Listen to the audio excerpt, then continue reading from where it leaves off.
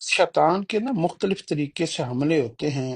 شیطان کسی انسان کو جو ہے نا وہ نیک بنا دیتا ہے، عبادت گزار بنا دیتا ہے، اور جو ہے نا نفلیں اور قرآن پڑھنا اور تسبیحات کرنا اس طرف لگا دیتا ہے۔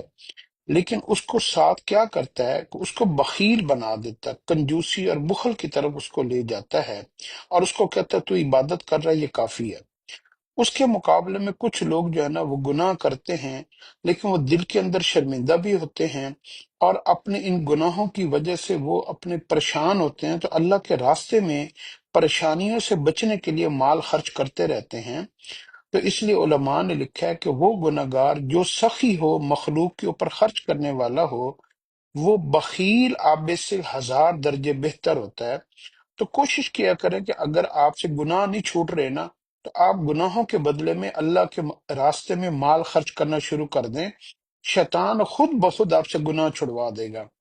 اور اگر آپ عبادت کر رہے ہیں اور آپ بخیل ہوتے جا رہے ہیں، تو آپ عبادت کو کم کریں اور اللہ کے راستے میں مال خرچ کرنا زیادہ شروع کریں۔